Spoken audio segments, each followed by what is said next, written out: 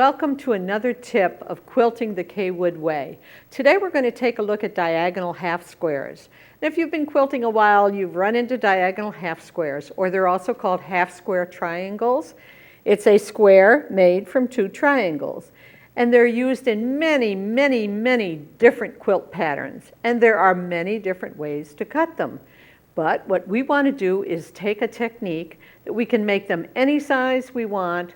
We won't waste any fabric, and they're easy to do and easy to remember the technique. So what I've done is I've started with two pieces of fabric, right sides together, a dark and a light fabric, and I've lined them up. And the first thing I did was to put my Star Maker 8 in the corner here and cut a diagonal line. And for those of you that have to cut bias strips, that's how you do it. That's a bias. And now I can use my small, I call this my small triangle, and the rest of the piece, just to differentiate. First I'm going to cut strips from this, and I want to cut them 3 inches wide. They could be cut any width, depending on how wide you want your, or how big you want your diagonal half squares. You can see where I cut it 3 inches, 3 inches, and this one doesn't quite make it, so that's sort of a discard. Then if you need more diagonal half squares, this is a quick way to cut bias.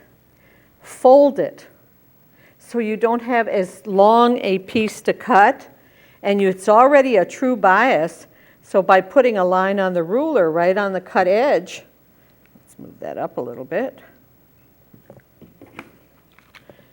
we can continue cutting, and you may have a whole yard you want to cut into bias strips. Okay, let's just take the strips from the small triangle here. I've already sewn these into what I call tubes, because that's what it is, a tube. It means I've sewn down both long edges, and it actually is a tube. You can put something into it, which I guess is the definition of a tube.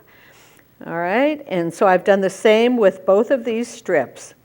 And now I'm going to take the Star Maker 8 and place the point right there at the top. Make sure I don't have any selvage, because I didn't bother to cut that off. This is the time when you would do that. And we're just going to cut triangles. Turn it upside down and continue cutting till you use up all of this fabric for your triangles, and that might be enough for your quilt block.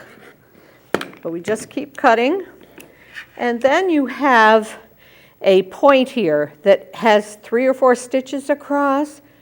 Those stitches need to come out now. And sometimes you can gently pull them, or sometimes you might need a seam ripper. And here we have our diagonal half square. Let's go and press it, because that's an important part. Press it exactly the way you sew it. We want the dark triangle on top. Now we'll let the iron do the work. And just move right across it once. And you have a diagonal half square. And every one will be exactly the same size. And you're ready to put them into some kind of a project. And have fun with your diagonal half squares. And be sure and join me when I bring you another tip, quilting the Kaye Wood way.